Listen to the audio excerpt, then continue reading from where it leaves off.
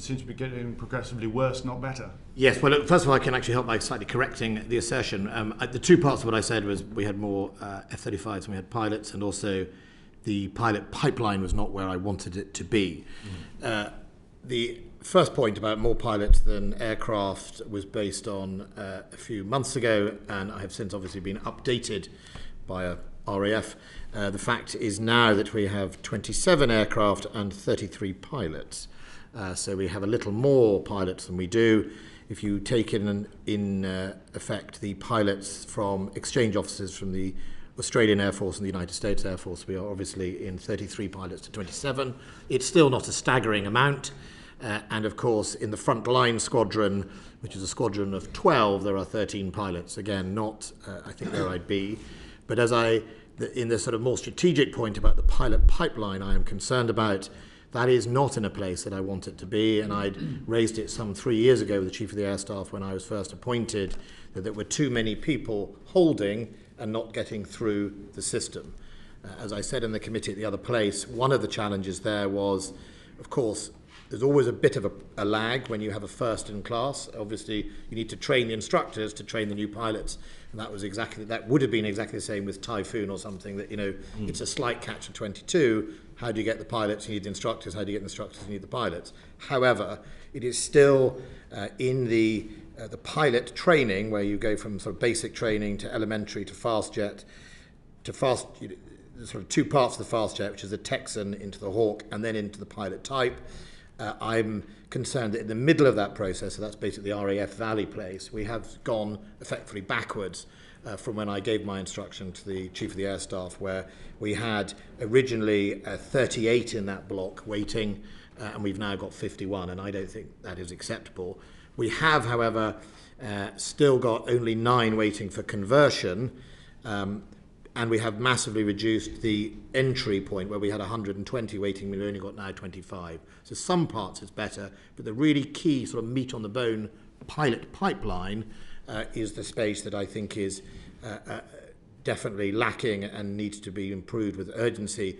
It's not a new piece of news. I think both this committee and the NAO had done a report on that pilot pipeline construct. It was way before our time. It was this sort of bizarre mix of PFI and 3 different types of air types, if you remember, that was set up in trying to improve the process, which I think has had the opposite effect. Right. So a couple of questions there very quickly. Firstly, 27 F-35s. Yeah. There was the hope that we'd end up with 48. Well, 138, I think, was the original number. So firstly, how quickly are we going to get these extra? 48 by 2025. Right. So 48 and then by 2025, and then pilots up to 74 by towards the end of the decade. 74 pilots? No, planes.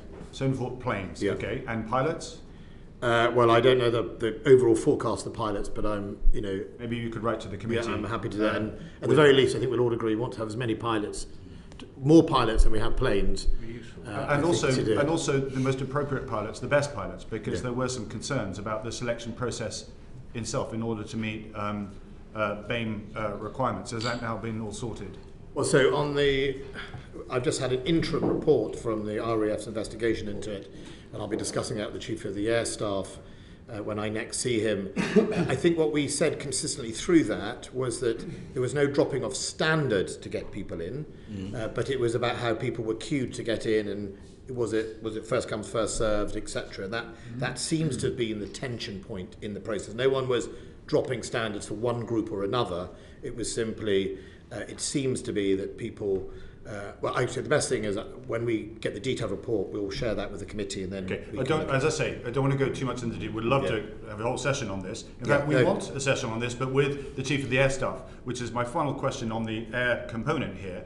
Please, can we make sure, or can you take back, that we would like the Chief of the Air Staff to be in front of our committee as soon as possible? So that's the first short one. I'm going to ask Mark to cover the next one to do with the Army. Yeah. Yes, and so very quickly, Secretary of State, you said 33 pilots, but you also said including exchange pilots. So does that total include non-UK pilots in your 33?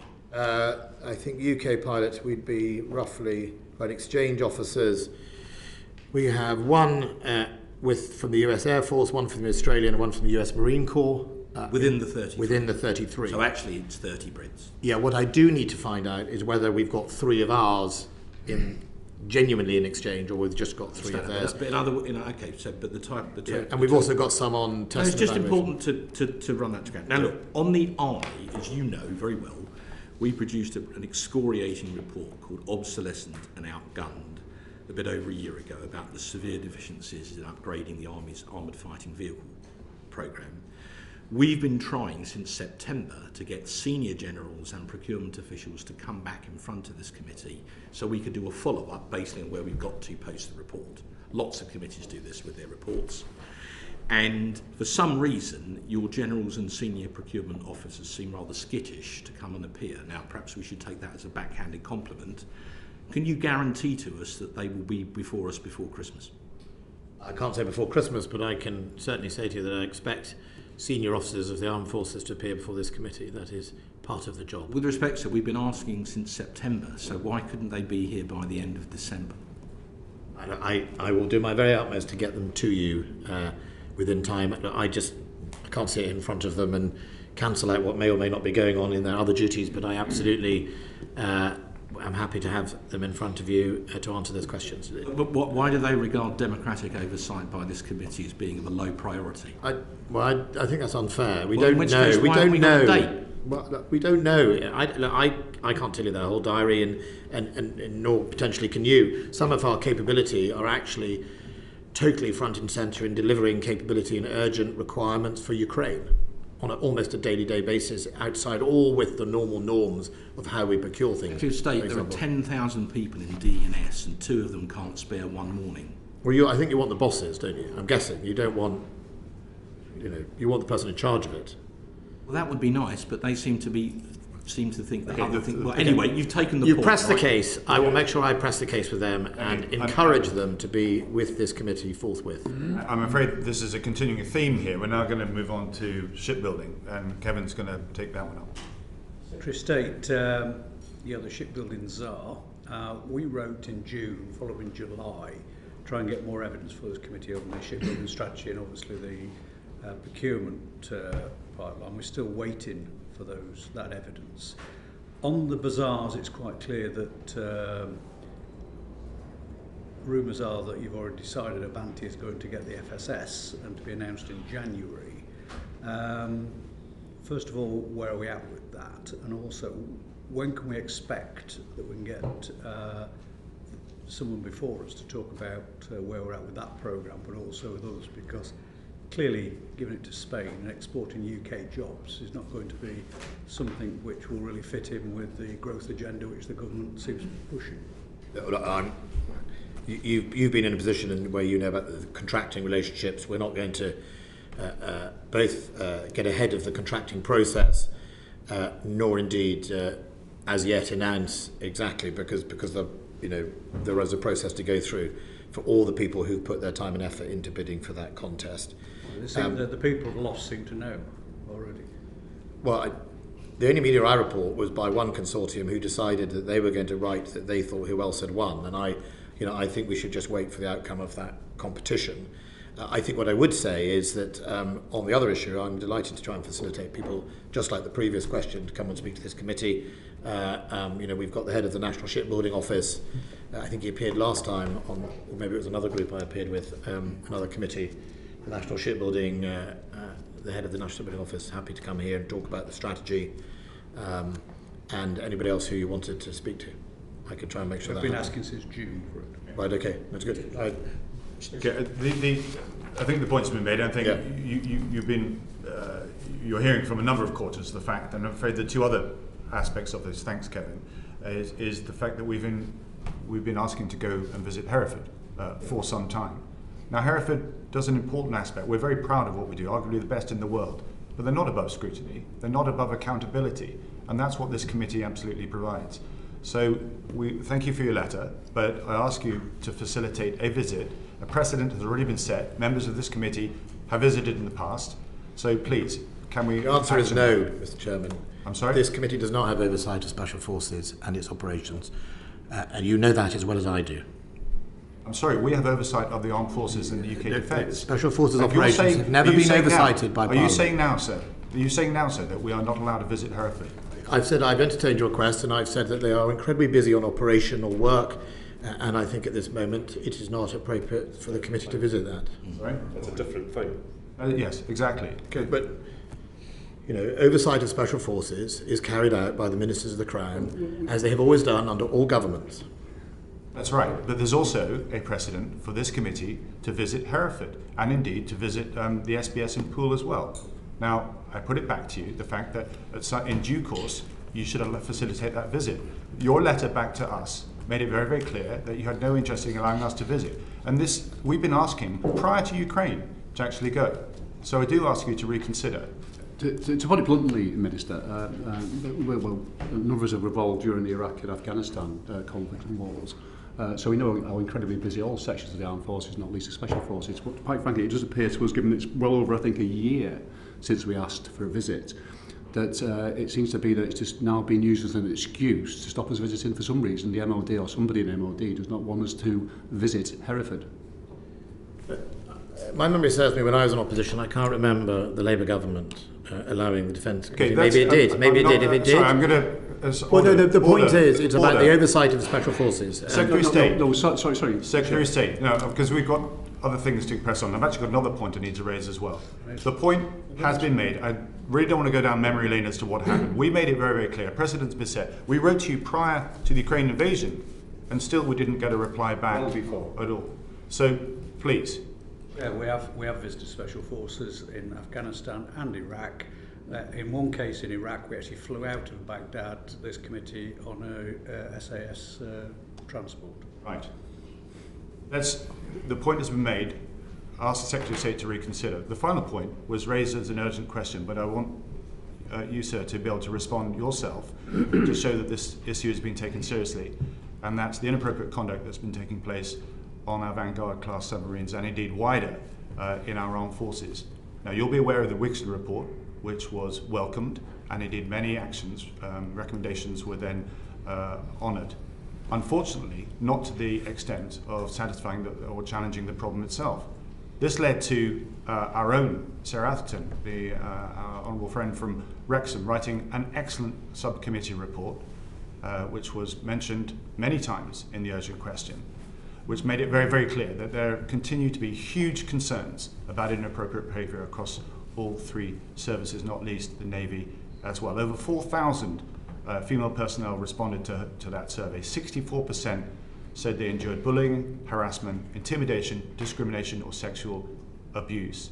So I asked the Secretary of State, the reason why I'm raising it again is because we made two clear recommendations amongst many, but two of them were firstly to establish a central defence authority to provide a reporting system outside the chain of command, and secondly removing the chain of command entirely from the complaints of sexual nature.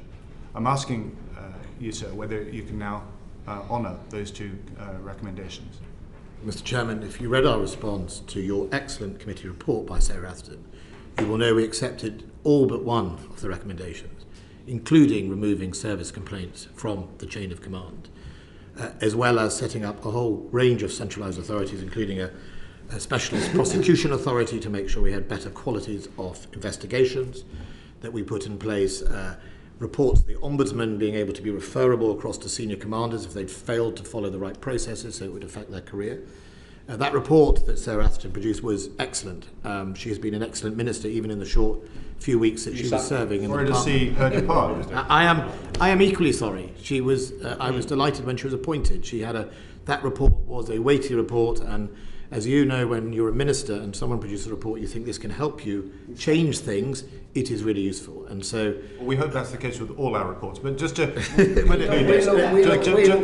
welcoming her back onto this committee. Just to conclude this, I hear what you say, Secretary of State, about the recommendations, but the reply from Andrew Murison, who is the new Minister for the People, Defence People and Personnel, was that another investigation would then be launched.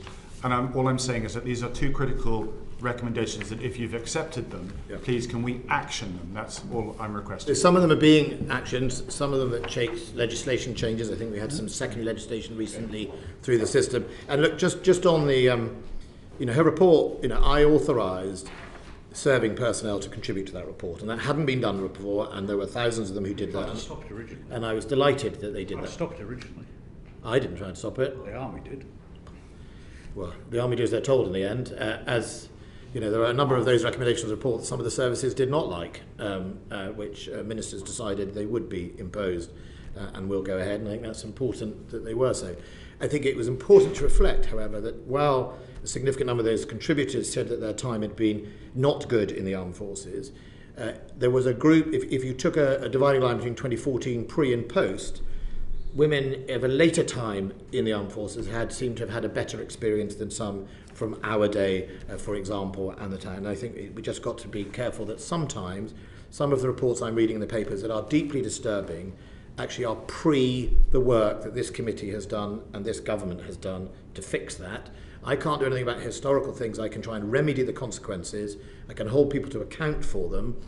But we are absolutely, like you, seized with the seriousness of making sure we change the culture in the armed forces to deal with it. And I think those recommendations were very good, and 36 or 34 of the 36 are implementing. Thank you. And I think it's worth underlining that in all our experiences, this committee and those who have served as ministers and indeed in the armed forces as well, the majority of people who serve in the armed forces go away with a very positive experience, and that needs to be underlined. And that came out in the reporting as well. Thank you for that. Very much grateful. Let's now turn to the substantive, our relationship with the United States and indeed NATO, not least in the context of what's happening in Ukraine. Richard, do you want to take us forward? Yes, thank you. Good afternoon to all of you. This really sort of borders, I think, on the special relationship, this question, in a sense.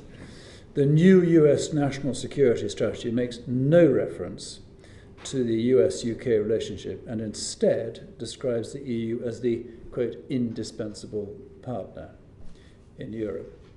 What impact is the political relationship having on the defence relationship? Secretary of State.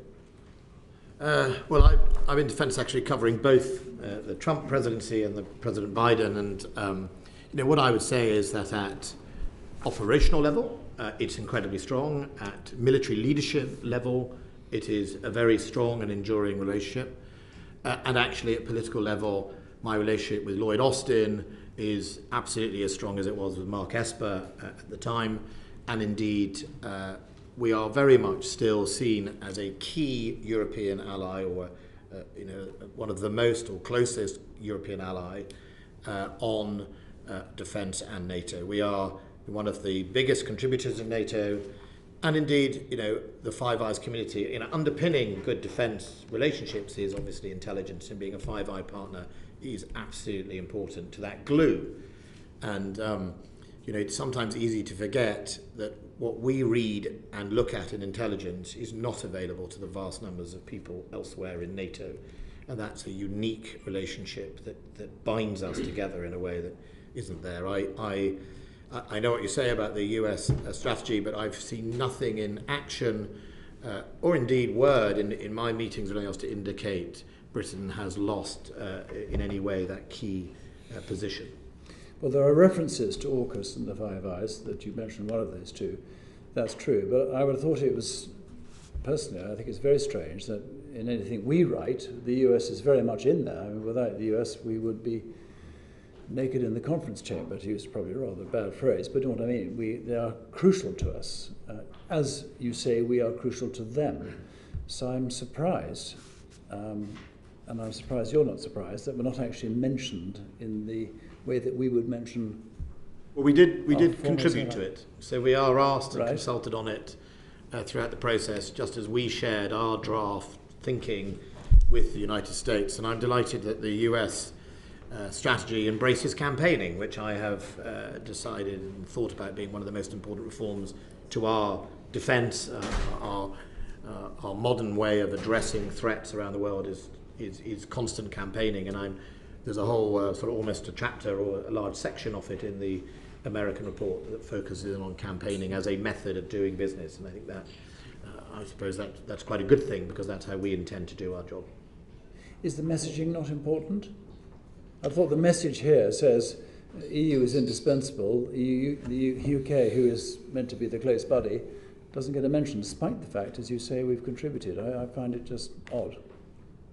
it didn't, What message does that give out to the rest of the world? Well, I think, we don't get a mention. To be fair, you could ask the United States that. I mean, for me, I don't feel any lesser because of how many times I mentioned any report, or the UK Not is. you personally, Or the UK is. I mean, I think, when you talk about NATO, we're one of the biggest contributors. So when you talk about NATO, it is important. AUKUS, is a very clear strategic partnership that is not available to many other countries. So I don't worry about it because I've had an experience over the last 3 and a bit years with the United States on both sides of the aisle, effectively, that has demonstrated only one thing, which is a constant trust and partnership with us at a level that I don't see in other countries around the world. The US have mentioned 2 things, haven't they, that they were not happy with. One, the cutting of the army by 10,000, which, as you well know, I've campaigned against, and I mentioned it again today. And that's sort of one of their bugbears. And I'm also wondering that the 3% that logically we should be spending on defence in an increasingly unstable world, I wonder if we don't do that, whether the US will comment further that they're concerned about their greatest buddies not investing in something they think we should, and we think we should. Well, I certainly think the US would always want to see us at the front of the pack, or in the top, the top few teams in the Premiership is what they would expect. So 3% is not unreasonable. 3% is an aspiration or a planned marker, and wherever we get to, subject to our budget discussions, is a perfectly reasonable aspiration in the dangerous world that is emerging. I've always said, as threat changes, so should our commitment and our planning and our funding. I'm very passionate, like I know this committee is that defence is moving back up the priority list, back towards Cold War levels of where it should be. And that isn't just words. That should be 4%. Accompanied by but my point is 5% in my day. In the mid 1980s, it was 5. So my point is, people accepted that as being one of a government spending priority in the mid 80s. Culturally, it was acceptable. In today's world, every political party talks about protect the NHS, Bobby's on beat, whatever. And as we all know, for all of us who advocate defence, it's sort of it lurks around far too low. I think that is coming up. And my discussions and my track record so far is that gets accompanied with more funding, and I think the direction of travel should be continued increased funding on defence because the threat is going up. Joe.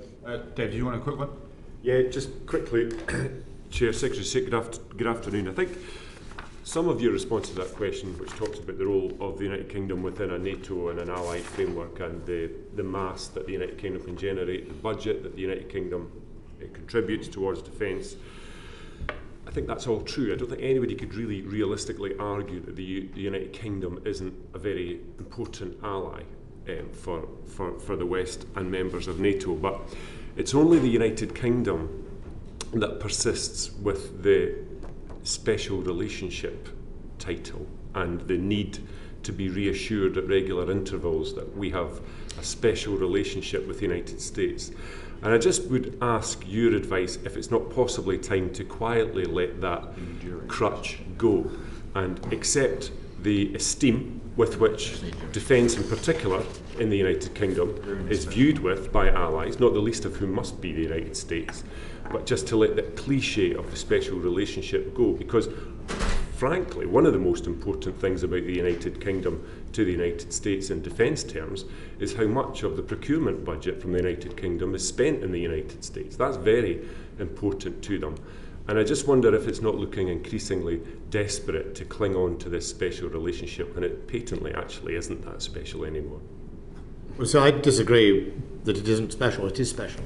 I mean, the Five Eyes relationship is a deeply special relationship. If you combine that with NATO membership, so Five Eyes, NATO, defence spending scale, plus all the other stuff in the other parts of our culture. I think, and we can clarify, Britain is still the biggest investor in the United States. The United States is still the biggest investor in Britain.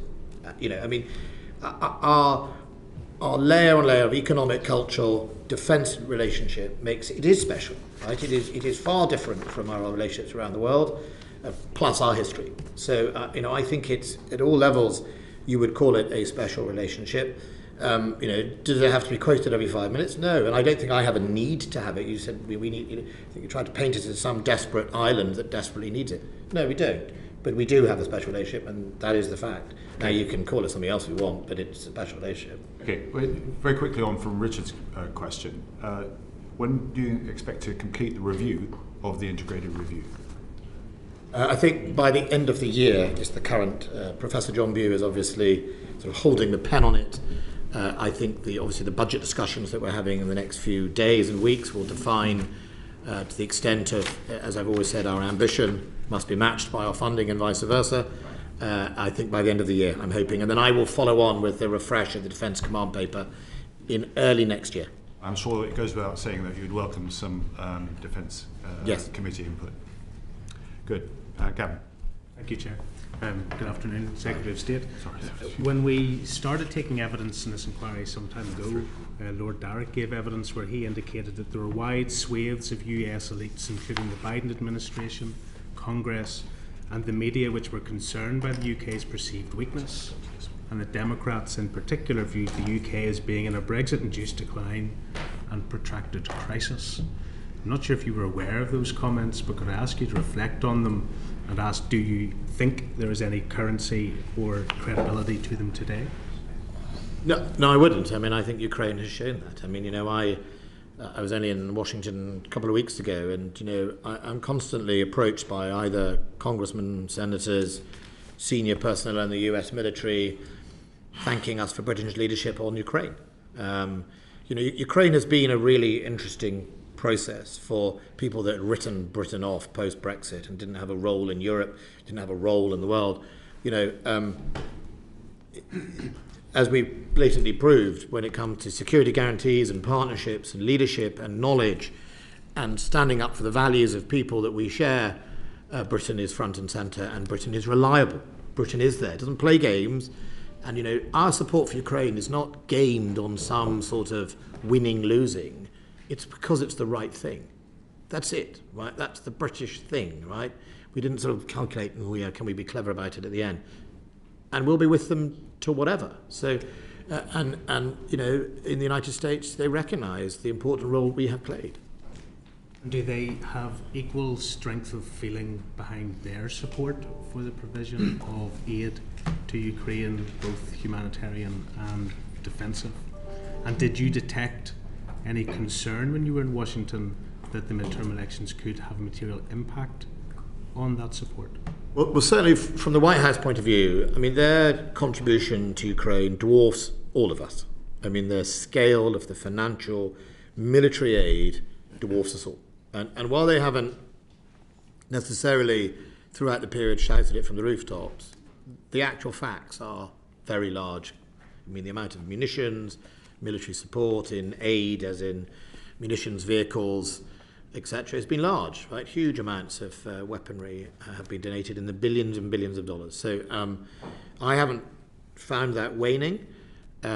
Obviously, the United States is always trying to think in a global position about, and what about China, and what about the end of the decade, so they're trying to think concurrently at the same time as, obviously, like all of us, dealing with cost of living challenges at home, etc. But at the moment, even across the aisle, most of Congress, not every single one, but most of Congress is supportive. And Americans see what they see in President Putin, and they know exactly what that type of person can lead to. They recognise that he challenges their values as much as ours.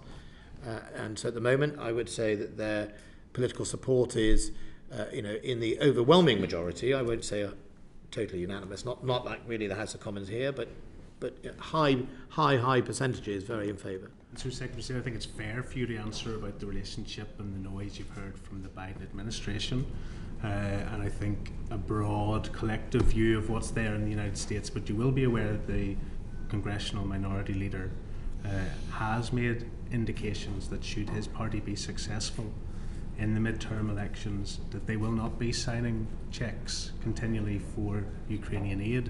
Those comments were made by him on the 18th of October this year, so some 2 weeks ago, around the time. Was that the minority leader, or was it the... Kevin McCarthy. Kevin McCarthy, yeah.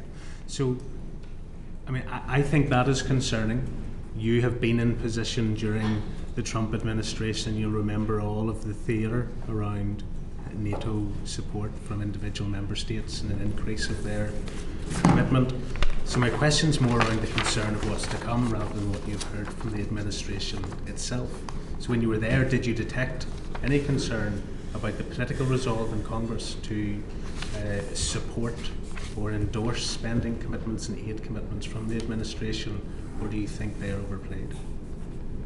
I think they will remain. I think they will continue on defending Ukraine's sovereignty from Russian aggression.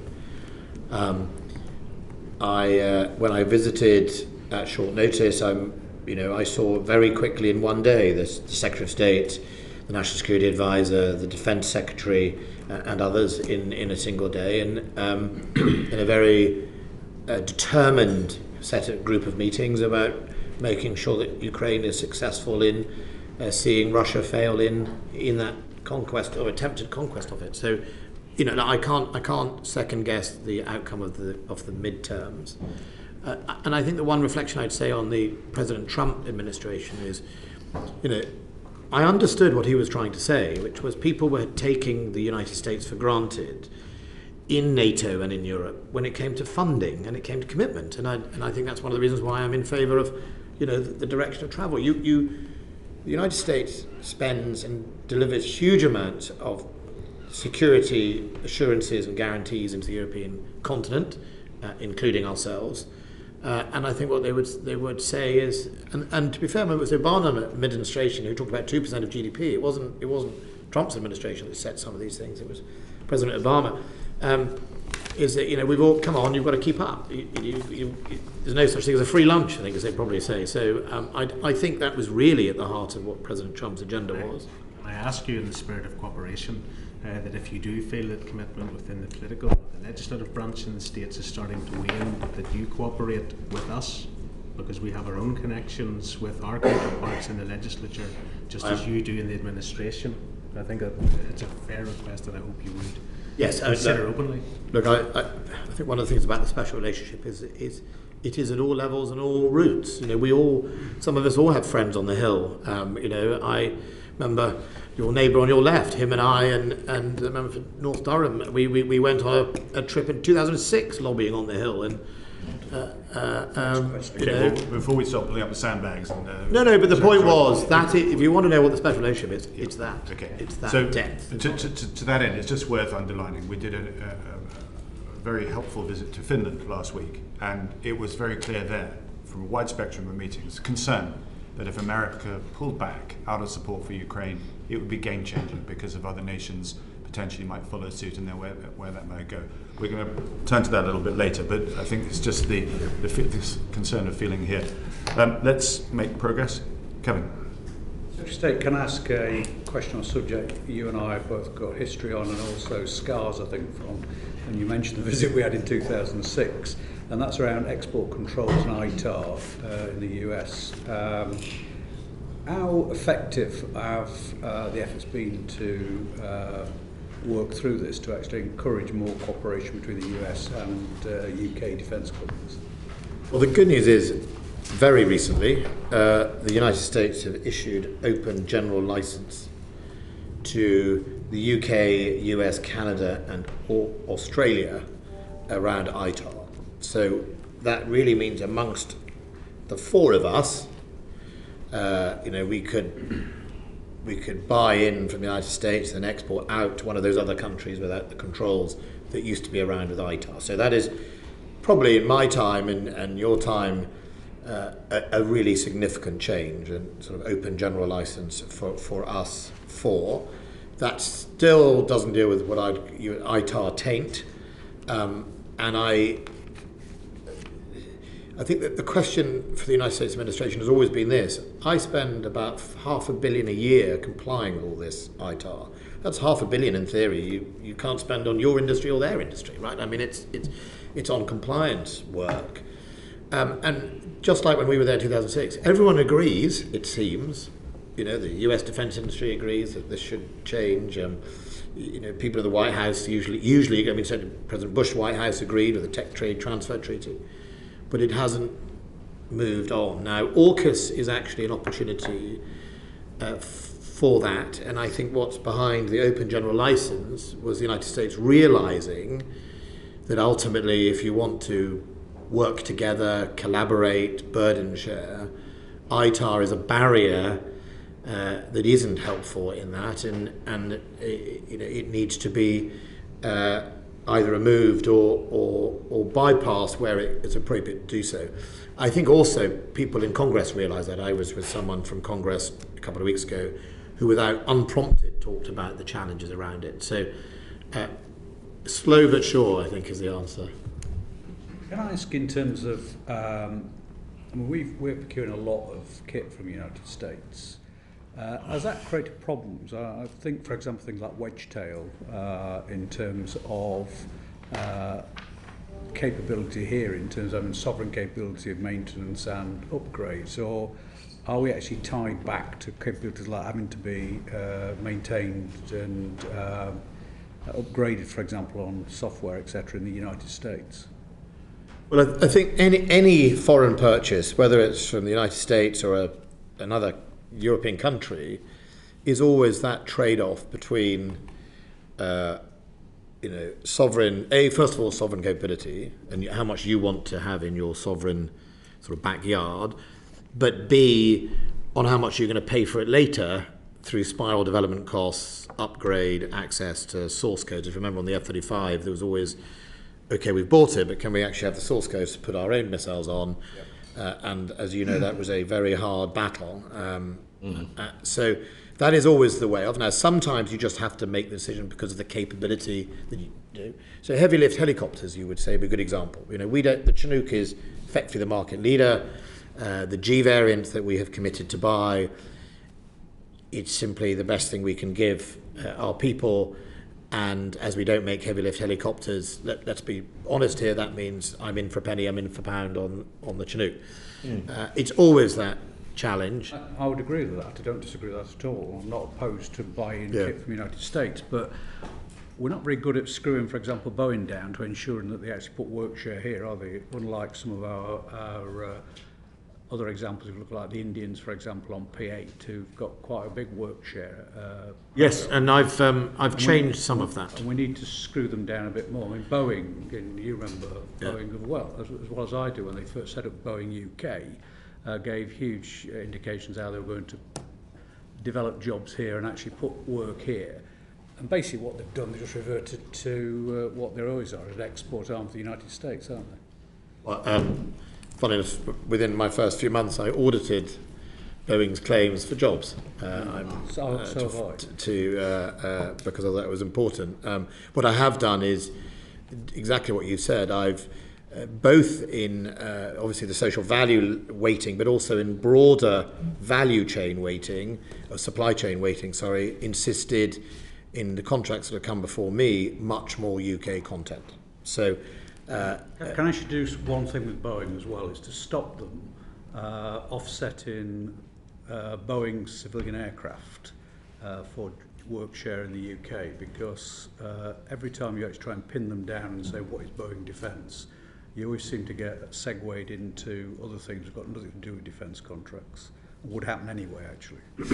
I'm very happy. I mean, like you, our experiences, whichever prime contractor it is, I'm alert to the T-shirt claim, I call it, which is companies claim British jobs and effectively it's somebody from another country with a T-shirt on, pretending they're working here, and then at the end of their 10 months or 6 months, they're actually gone back to wherever they came from, and that isn't sustainable British work share, that is press release work share. So I think we're all used to that, and I have changed already a number of the way we construct our contracts to make sure that we either get some assurances around supply chain by value or supply chain by volume. It slightly depends what's appropriate.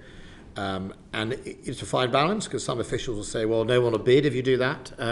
Yes, they will. And, and you might get the Treasury, who might have a different point of view. And I think the knack is try and get that balance right. Can I just ask one follow-up question in terms of the W93 warhead? Clearly, this decision before Congress, are we actively lobbying in terms of this, in terms the importance for ourselves but also in terms of involvement of defence industries, UK defence industries in it? We have to be. So first of all, it's a programme of record, is my understanding. So now there's no doubt on the programme, if I'm correct. So that is now being committed to. What I do have to slightly be careful of is obviously under the Nuclear Proliferation Treaty there are certain things we cannot do. We can't swap or change because no one is allowed to do that under that treaty. Where we are allowed to share either development or research, because it does fit on top of a Trident missile, then we shall do so, and that obviously is a benefit to both parties. And then in the Trident submarine itself, the Dreadnought, there are already crossovers. The missile compartments, the single missile compartments, are made in a mixture of the United States and the UK, and we'll find some of our components sitting on United States submarines and some of theirs on ours. So there's definitely a crossover in large parts. But I think the good news from my point of view is that the warhead programme is committed to now in Congress, and that will only benefit us. And there's another example of the special relationship. Thank you. Just on that note, it would be a bit odd to fire a low-yield tactical nuclear weapon from a submarine. Is there any plans, given the changing threat picture, for our nuclear arsenal to change at all? Well, at the last integrated review, we increased the number of warheads, if you remember in the announcement. How we, I'm afraid, deploy our warheads and distribute them, I'm afraid, is obviously highly sensitive, and I can't discuss that. But look, we keep the deterrent that is appropriate to the threat. So Belgium, Germany, Italy, Turkey and Holland are all part of a conglomerate that work with the United States to have on board their F-35s, I think it is, the B-61 as an example. So they're part of a wider NATO nuclear deterrent, which is certainly cheaper than the submarine, the Vanguard class that we're currently using. So again, is there any exploration or discussion about joining that grouping at all? Well, I think I could write to the committee if I'm incorrect on this, but my understanding is these are aircraft fitted for American weapons. Yes. We've taken the decision a long time ago to have our own nuclear deterrent. We have chosen, unlike the French and the United States, to have a single deterrent, submarine launched. The French have air and submarine, and the United States have air, submarine, and silo, so the three stools of their deterrent. There's no plans to change the way we deliver our deterrent. Okay, thank you. John. Fine, thank you very much. Well, Secretary of State, I certainly remember dealing with ITAR along with yourself and others, and those are welcome developments that you've just described, as indeed with AUKUS, and looking at the less publicised aspects of AUKUS, which is to do with industrial cooperation between ourselves. And in that context, as you know, there was a congressional task force produced a report recommending the US considers the benefits of what they called ally and friend reshoring. And that is certainly, supply chain resilience is clearly, whether you're in Canberra, Washington, or indeed at NATO in Brussels, supply chain resilience is a massive topic now. So how are your discussions going with the United States to actually put some flesh on this, rather than, as we've sometimes seen before, noble aspiration, but sort of dying in the detailed realms of the bureaucracy, particularly in Washington? The AUKUS we're talking about. Sorry. Well, no, but AUKUS as part of this mutual dependency in industrial resilience, underpinning our defence capacity. Yeah. Well, so if I start with the AUKUS concept and work back, is that things that are incredibly strategic, whether it's Warhead or Trident or AUKUS, that resilience is incredibly important to maintain. And I think to be honest, I think it has been one of those capabilities that have suffered from feast and famine. When was the last time we enriched uranium? When was the last time we, the Tridents came in whenever, the Trident nuclear missiles, 80s, I don't remember when the last came in. So all of those things are, they go from a huge investment then it all goes quiet. Everyone takes it for granted, and then suddenly you're having to start all over again. And the more the skill base is rare, the harder it is to restart. And you know, that's going to be the challenge for the Australians and AUKUS, is from scratch they're going to have to build some nuclear capability for their reactors. And remember, they don't even have civil nuclear power in Australia, so they really are starting from a challenge, which is why Britain and America are going to do everything to help. I think there are two ways to get resilience in your supply chain. One is long-term commitment to it, signalling that you're going to carry on building submarines at Barrow and Furness, for example, highly complex systems, and make sure you continue to do so. We have suffered from that dip where before Astutes, we ended up building, I think, Bulwark and Albion ships to fill the block in that, and as a result, trying to restart submarining effectively took a long time. So the more complex, the more you have to commit to long programs, I think, and be serious about it and indicate continuity. And you know, I hope and I know that the new Labour front bench will continue to be pro-nuclear deterrent, and I don't think that's going to change. And those type of continuity matter in highly complex, and then partner properly with nations, whether it's with France, whether it's the United States, to make sure that's developed. In less complex, the other way to help your resilience is have alternative supply chains. So it's not just from one engine maker, you always are able to have different alternatives. And for example, when I awarded the Boxer contract, I was very keen to see if there was an alternative engine available should the Bundestag or the German political system block exports or something in the future. This is the same Boxer that we left the programme back in 2005. Yeah, that would be right. And the one, the IOC, which has just slipped by another year. Right, let's not go down that particular rabbit hole. Well, why not? Let's stay focused here. John, any more? Yes, but I mean that is welcome. But what we're finding, or you're finding, I suspect, on a daily basis, is that it goes right the way back through the suppliers into your equipment manufacturers and sustaining that supply chain, which we have a better chance of doing if we're doing that with trusted suppliers. Even the United States, at a policy level, whether actually at an operational level, accept this, that it cannot just be buy America only.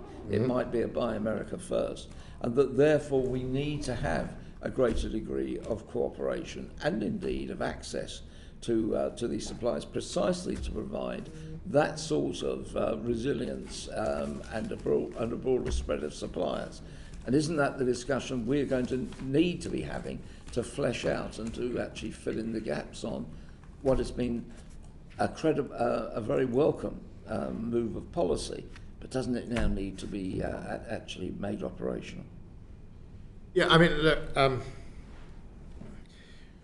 in order for all of us to maintain complex weapon systems, we need volume. I mean, that's, the more bespoke and more complex it is, the fewer we afford to buy. So we need partners internationally to buy lots of them. I mean, otherwise, if you don't have the volume throughput, then we buy our 55 tanks or 100 tanks, and then they all go home. And so, as we see in our Typhoon, for example, the 4 countries work together for export markets and carry on to keep the production line going. So if tomorrow morning I decided to order more Typhoons, there is a production line running, and it's running hot. And at the scale we are in the United Kingdom and other European countries, those consortiums really matter.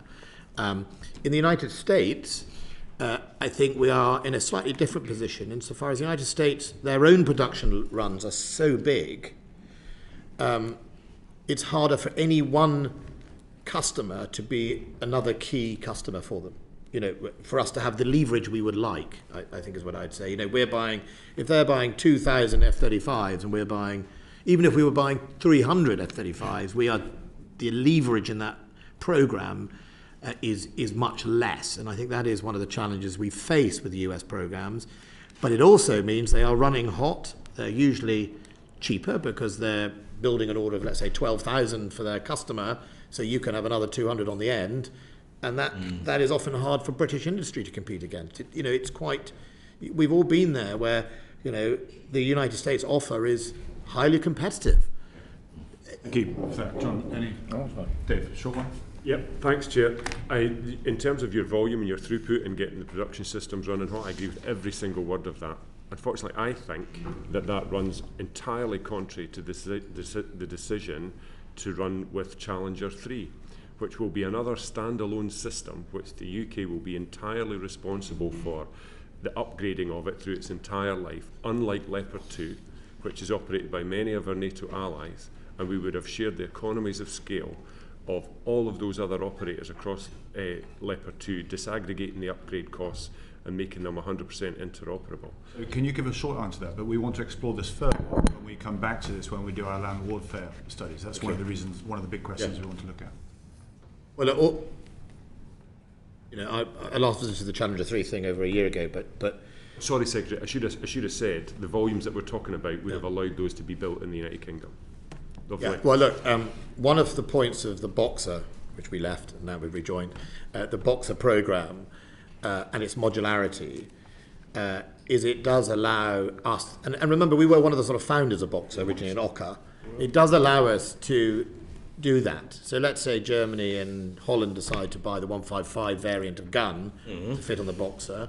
Potentially we could seek to make all the 155 guns. If we're buying 750 normal Boxers, the deal with the consortium could be, and actually therefore we get the workshop of a different variant. Exactly like that. On the Challenger 3, I think the main key there is the gun itself, which I think has the potential to be the upgrader, the gun that could be used in all the other Leopards when they get upgraded. And I think I need to just check on that detail. But I understand what you're saying. We are gonna open that up, but I can't resist by saying stick a turret on the Boxer. It just does become a little bit more helpful if it's supposed to be a Warrior replacement. But hang on, just the two Boxer programs with turrets efforts going on it, Australia and Lithuania, I think it is, aren't going very well. Because putting a turret and a turret ring on a vehicle that was not designed to have a turret, as we know from e.g. Ajax, is not an easy thing to do. And sending dismounted infantry out there without a big gun watching their backs is not wise. That's the issue that we face. By an Ajax. Which takes us to Ajax, but we're simply really not going to go there. Mark, keep us away from that. Take us back towards NATO. Well, we'll see, Chairman. On spending, just quickly, and then we'll go on to Industrial Relations, Secretary of State. This committee for years has argued that we should spend 3% of defence on GDP. When Dr. Julian Lewis was the chairman, he had a slogan of 3 to keep us free. So that has been our consistent position for many years. So I'm very disappointed to hear you say that spending 3% of GDP on defence is now an aspiration. I think those of us who've been in politics a while know what that means. So can you at least guarantee that we'll spend 2.5% by 2026? Look, I think tomorrow my meeting with the Chancellor, and I've got the next few weeks until the budget, and I will be fighting for as much money as I can get. I recognise that the whole of government is facing the challenges of inflation, of the black hole as it's written up in most newspapers, and we need to get through the next 2 years, etc., for the growth. I think I will fight every bit of the way to see what I can get, and I'll be happy to return to the committee afterwards, after the budget, to discuss where we have landed. Look, my aspiration is more than aspiration. As I've said, I have believed that we need to spend more on defence. I have believed that the direction of travel of the world means we need to do it. We shouldn't take the United States for granted. There's no such thing as a free lunch. We need to invest in our British industry. We need to secure a supply chain. There's not much I disagree with in this committee about all of that. The 3%, if you remember, came from the Chancellor. I think his was 3% by 28, was his pledge in the leadership campaign. And, I think we are keen to make sure that he believes clearly that it should be raised up the profile. But let's see where we are in the next few weeks. And if you want any help tomorrow, we'll come with you. Again, on budgetary points, the equipment plan, which is for 10 years, as you know, because sometimes it takes that long to procure military equipment, is now just under £250 billion. and we're on to our third procurement minister in just over a month. If we buy more American kit off the shelf, for some of the reasons that you've just given, the pound-dollar exchange rate becomes more and more important in being able to balance the plan. You hedge for about 18 months to 2 years. What is your long-term pound-dollar exchange rate assumption over the 10 years of the plan? Because now the pound has fallen. If you were at, say, 130, you'd now be billions out, wouldn't you? So what actually is the assumption? I'm going to have to write to you on that. What I can tell you is the Forex policy of the department is about half is forward bought and the half is on the spot. So, I mean, no, but we understand that you hedge for about 18 months to... But not all of it. We hedge a proportion of it. You understand the question? Yeah. Could you write to us? Let me write to you. I mean, I think what I would say is, in the here and now, the next 2 years, given our budget already goes up to 25 or 24, 25, I need to seek money to protect me from inflation and Forex. That's the main two challenges to the defence budget that I have between now and the next spending review. And as a very capital-dependent department, as you rightly pointed out, we are much more vulnerable than others to inflationary costs on our programmes and our equipment, as well as our supply chain challenges as well. Supply chains, NLAW. We've quite rightly given thousands of NLAWs to the Ukrainians, which are, if the press reports are accurate, have been material in their defence. I think we can be proud of that, Secretary of State, and we know that you played a personal role before the conflict in making sure that those weapons were delivered, for which I humbly think you should be commended.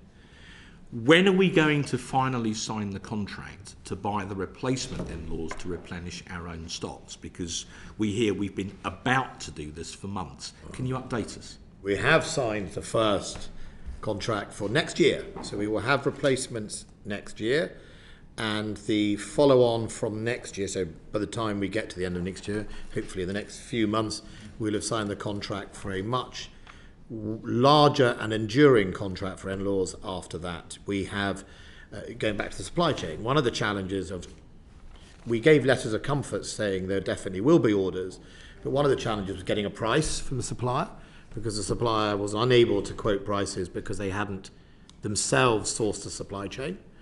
We were also waiting to try and get an international buy to have a really big order to again give them that assurance so it doesn't go feast and famine.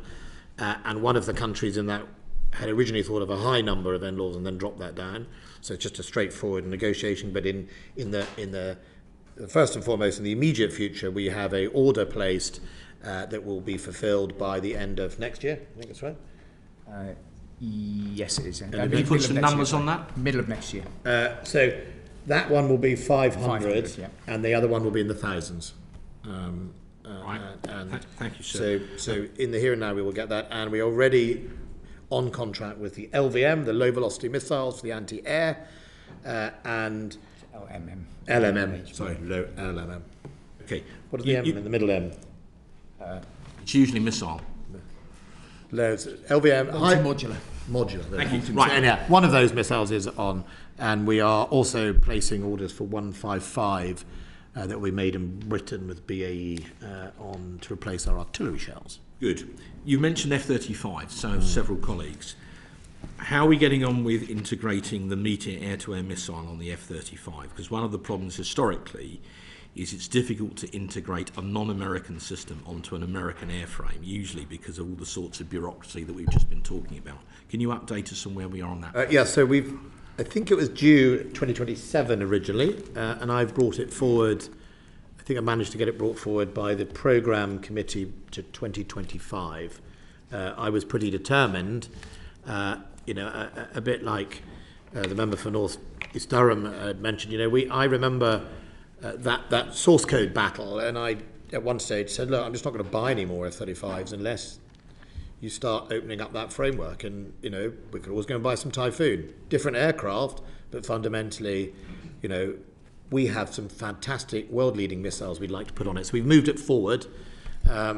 Obviously, I'd like it quicker, but we have managed to get some time dropping on that. Well done. Two more.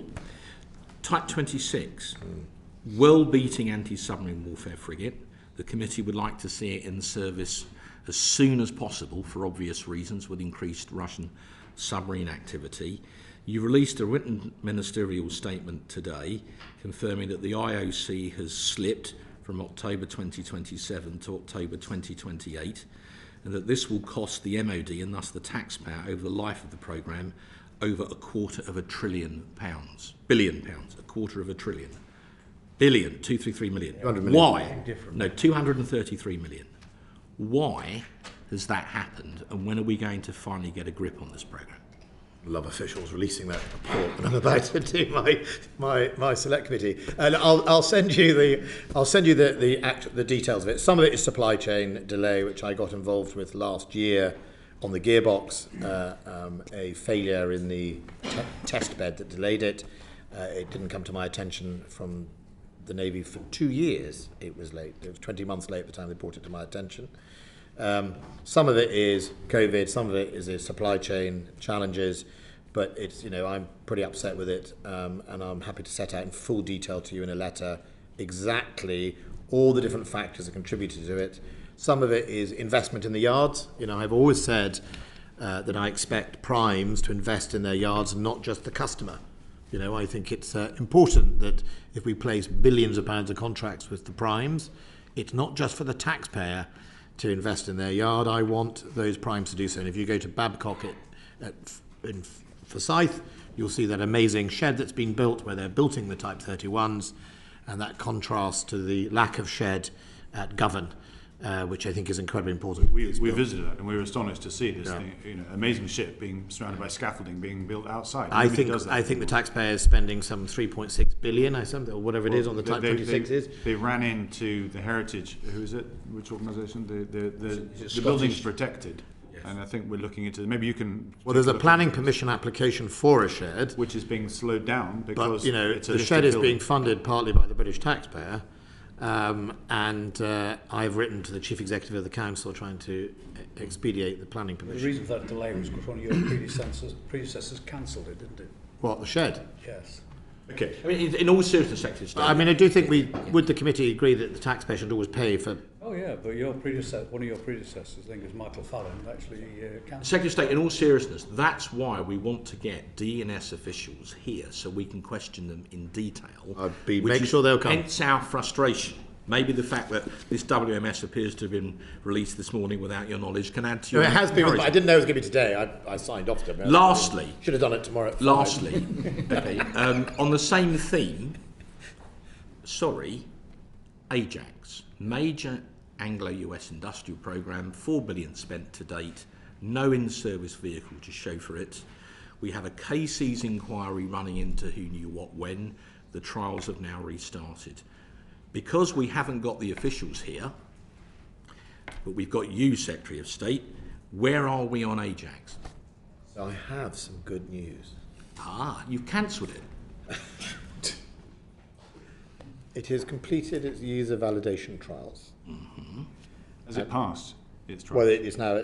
So I got a daily report. I have asked for a daily report on its trials.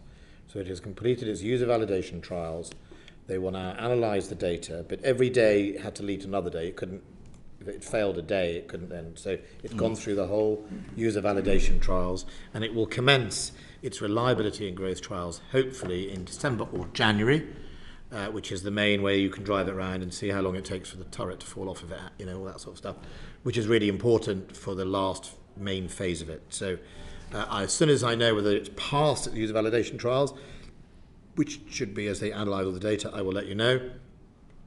But for the first time, I am pleased it's got through that. So those were the trials that previously, or those type of trials where people couldn't use because it was too noisy, and vibrations, etc. So it has got through that, and I will be happy to give the committee knowledge when it starts the other trials as well. And I would like to go and visit them. I'm delighted if you would like to go and visit the trials, because I'd like to see what they do.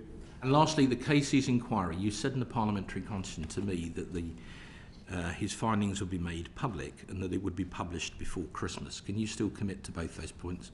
Which inquiry is that? The King's Council inquiry into the information flows relating to Ajax.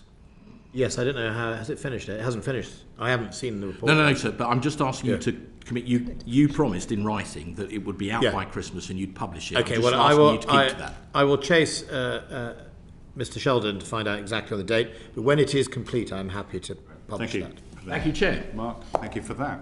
Very thorough indeed. I know Derek's got a time constraint, so Derek, do you want to go next? Is that okay? Yeah. Secretary said just before I want to just ask you a question on the commitment to NATO and what we're contributing.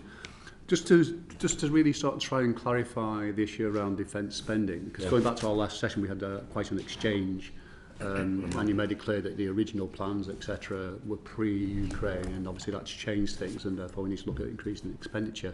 You've made quite a powerful point, which I think we all understand and agree with, about inflationary pressures and the impact that will have on any negotiations in terms of what you have to spend and the future problems that could cause, for the programmes and so on. So it really, we're talking about 2.5%. Given the inflationary pressures, would that be enough?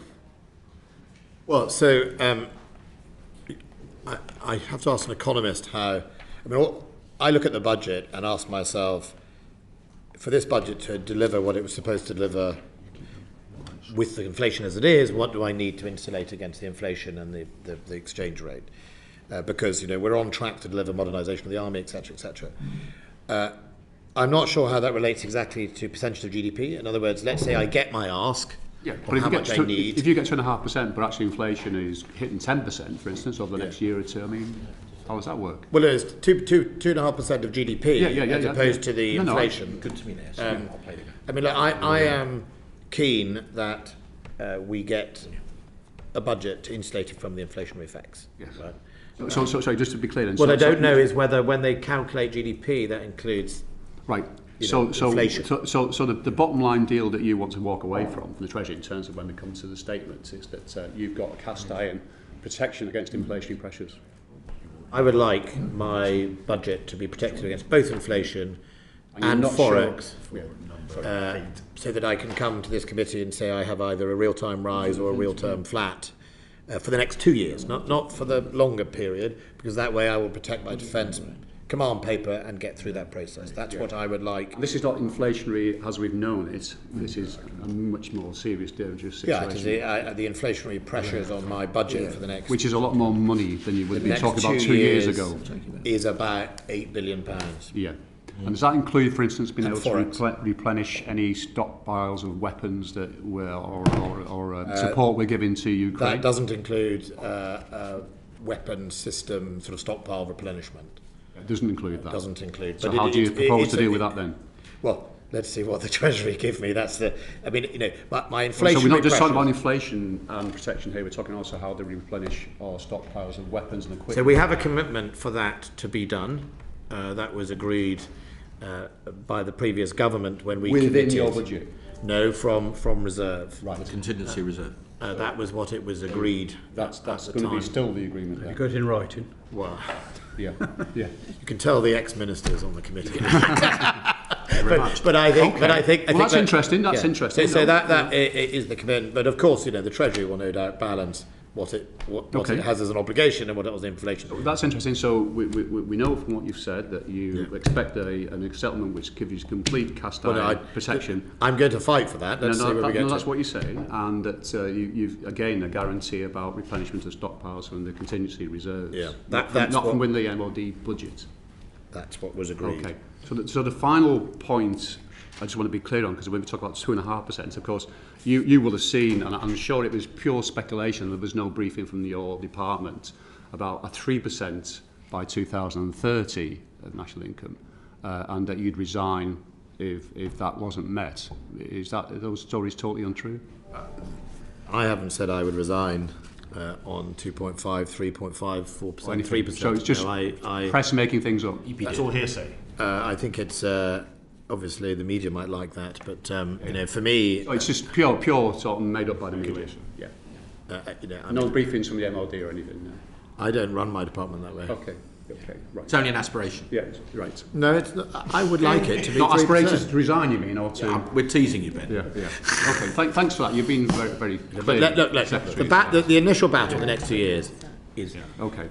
insulation from inflation and forex, so we can complete where we are on our investment process. Let's come then to the question, the final question. So the decisions that were taken at Madrid, the summit concerning readiness and availability of 300,000 troops.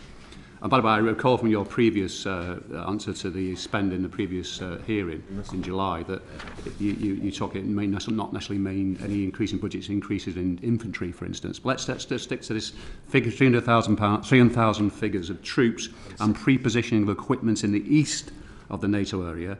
So what additional resources are the UK contributing to this?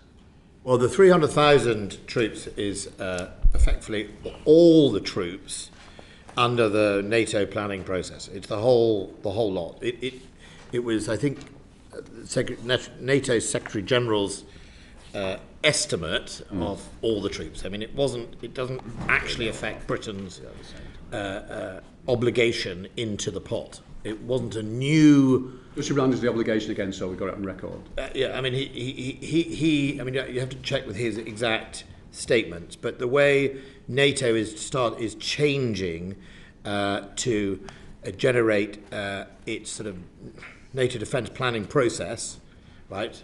I mean, you'll have to bear with me with NATO gobbledygook because there's an awful lot about to come out. You have the NATO defence planning process, which is where we effectively, over the next years, set out the capability targets, and it happens every 4 years. They fit into two of SACEUR's plans. One is the strategic directive, which is planning all sort of operations during peacetime, and the SASP, the SASP, which is his plan, wider strategic plan for wartime. From that is triggered the regional plan, which we're starting to write now. Regional plans are detailed. We haven't really had them for years, and these are where they say this is what's going to Estonia, this is what goes to Lithuania, and all those forces that are corralled under the defence planning process are allocated. Within that, there is then the other debate around readiness. How many of your forces are set to be ready to go in 24 hours or 36 hours, whatever it is, and then the rest, the follow-on forces. Yeah. So ultimately, at Madrid, there was very little change about our obligation, how many more troops Britain had to put in. So the 300,000 is a nonsense figure then? Well, 300,000, as I said, is the NATO Secretary General's estimate of the NATO defence plan, all the forces in NATO. And we, the UK, agree with that, do we? Well, that it's 300,000. I can get you the exact figure. I mean, what's our commitment then to making up? Yeah. Sorry, just want to just get. So you're going to come back to the figures whether we agree with the 300,000 figure. I think it was the Secretary General's NATO of every force. Yeah, but whether we as the UK agree with that figure. I can get. Okay. Well, you'll come back to us on that. And the second point, going back to what the chair was just interrupted, in terms of what our contribution is, can you just put that on record? So that is secret, but I can have a brief for the committee on that. Thank you. I'd be grateful. We don't talk about how much we allocate. I'm very happy to arrange a briefing at secret. The reason why it's important, because it goes back to Richard's point, which he just said in passing but critical. If you've reduced your force presence, your army by 10,000, where are your troops to be able to participate in these numbers? Estonia, that we visited not long ago, we've had 2 battalions there, 2 battle groups there, I beg your pardon. We've now reduced it to 1. So this is the sort of commitment that I think the Secretary General of NATO would like us to see, being a senior member of this alliance. Well, first of all, the Estonia commitment was always 1 battle group. We surged it after the invasion to 2. We always were very clear that the second one would come. The situation there has not got any better. No, but we also have now a company in Bulgaria. We have a squadron of tanks in Poland.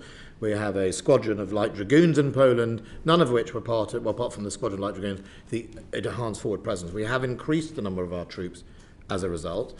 But I will get you the briefing classified, because what we don't all make public is exactly, how much is the overall requirement. But I'm happy for that to be done. But the Kremlin will see 2 battle groups have gone down to 1. Just as things are getting spicy in Ukraine. That's how they're going to determine it. Is there a commitment there from the UK? Clearly, we'd like to think there is, but you have reduced it by battle group. That's what we're saying here.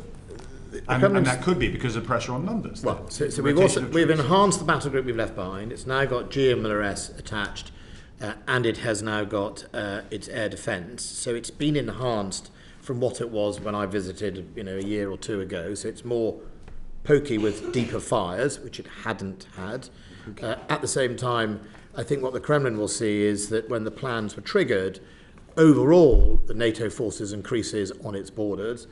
And I think the process we have to really get to by April is the regional plans that are written by SACEUR, because what's really important is all of our deployments fit into an overall plan of defence of Europe. What happened with these enhanced forward presence in 2014-15, it was quite donor-led. You know, it was, we can do that, we can do this. It didn't fit into an overall plan, and it may be that well, actually... We're going to explore this a bit later. But okay. If I can step back from this and now invite Robert to take us wider afield, not just Ukraine, because of course there's other things happening across the world. Robert. Chairman, thank you. And afternoon, Secretary of State. A couple of things I'd like to pick up, please. Firstly, just building on the point that you've just made around everything arising out of Madrid. Now, clearly the IR was intended to position us as being a global power and making sure that the NATO commitments balanced off against those in the Middle East and, of course, in the Indo-Pacific region. Now, there's obviously been a criticism that the UK is a bit light on the land side, and given the increased commitments that you have arising out of Madrid, how are you going to balance off those wider global commitments against the increased NATO requirement, given everything we're seeing in the East? I'm not sure what increased commitments from Madrid you're referring to.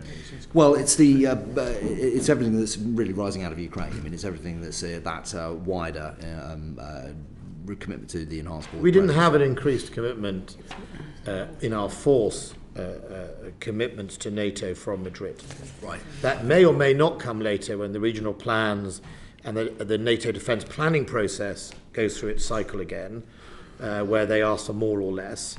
But nonetheless, I mean, the essential point, the underlying point still remains, which is the balance that is required for the Indo-Pacific and for the Middle East against, so that you've got that global positioning. Yeah.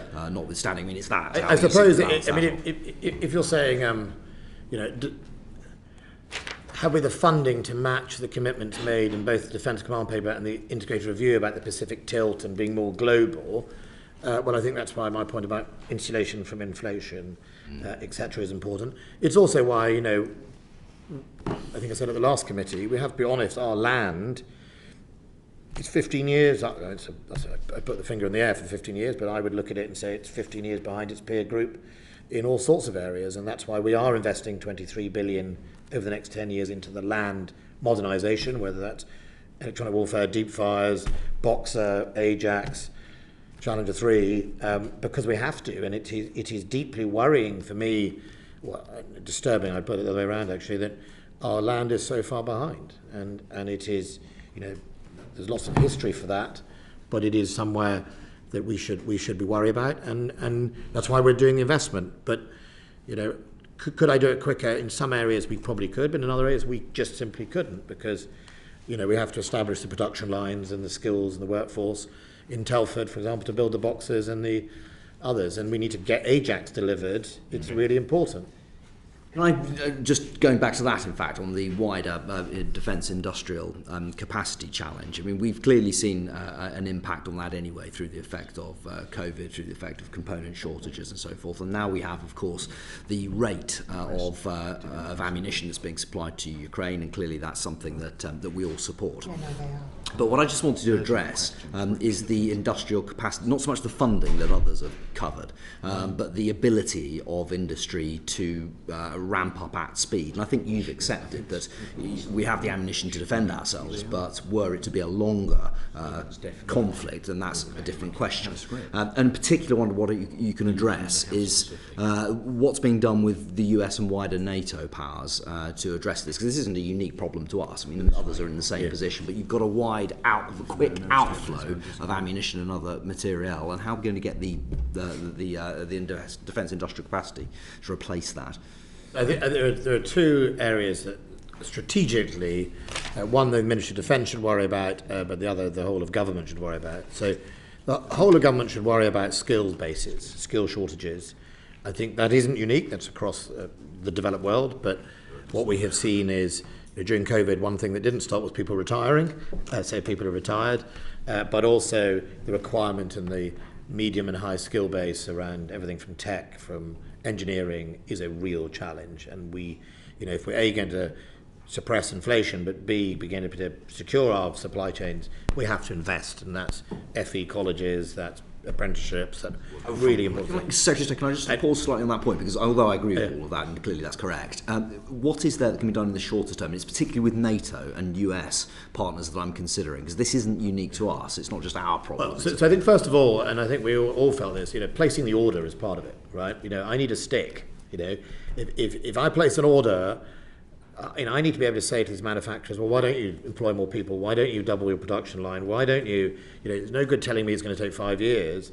Why don't you spend a little more and have a little less profit, or, whatever, but actually invest in your supply chain and invest in your production lines if you want to, so we can have it sooner. And the only way we're going to do that is cumulatively, in replacing our ammunition stocks across Europe, have big orders. Big orders will make them invest and will lead to an increase in production rates, and that's important. If I turn up and just ask for 35, my leverage is not very big. If I turn up and ask for 3,500 NLAWs, that changes. So the reality is they will respond to orders like any business. They won't respond to demand. Robert, one more. And the final thing, Secretary of State, is just that, of course, whilst the arsenals of the West and of Russia are being deployed in Ukraine, that isn't the case, of course, for other adversaries or potential adversaries or challenges. In China, of course, is the most obvious one of those.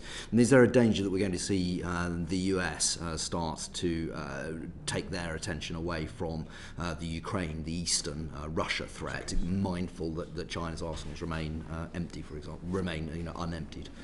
Well, I think there's always the overall about the world is more anxious and unstable is that it doesn't just come from Russia, right? That comes from the growth of violent extremism across Africa, Al-Shabaab, etc., and the rivalries of China that is growing in the Pacific. And that's why we all know, this committee and me knows that you don't get away with that without investing money in it, right? And whoever is the government of the day, this isn't going to go away. We need to invest. We need to grow our defence budget.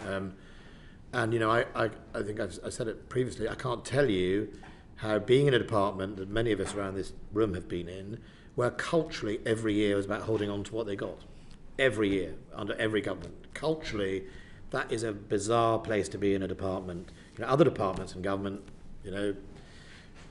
but that is so deep in the DNA of the department, and Mr. Chairman, you probably agree with that. Yeah. It affects behaviour all over the place, and we have to change that. We have to change it at the centre in number 10. Thank you. I think John just had a supplementary. Seriously, you made some very welcome comments there about the role of the department as the customer, in other words, in order to drive capacity. Does the department put any requirement on their suppliers to have apprenticeship and technical trainee ratios as part of the conditions of contract? I would hope they do, but can I write to you and ask? So it's the ratios, it's not just doing it. It's the actual saying this is going to be great. You can put in the invitation to tender, you can say there will be a requirement to have 1 in 10. Or whatever the well, I'd be open to do that. In the construction parts of the construction. The United States does this, but with veterans, with the number of veterans they employ, you have to have so many percentage of employees are veterans for you to get a contract, which is quite interesting. Okay, well, thank you, Robert, and thank you, John, for that. Let's move to Kevin.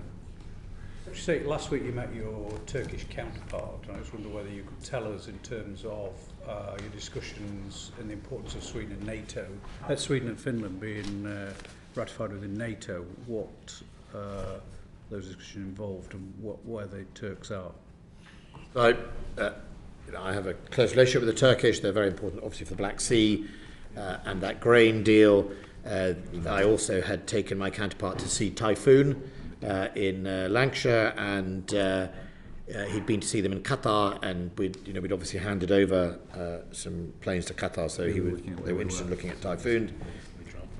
And of course, I was interested in looking at their industry. They have, the TB2s, the Biactors, particularly innovative capabilities that are economically viable for lots of people. That we're all exquisite and can't afford many, and they are pretty, and they are particularly strong actually in challenging Russia, despite what you might read. Their actions are particularly and have been historically. I also speak to them about Finland and Sweden. I went out there in June to talk to them about it. At the moment, it is regretful that the Parliament of Turkey and I think Hungary are two countries that have yet to ratify Sweden and Finland.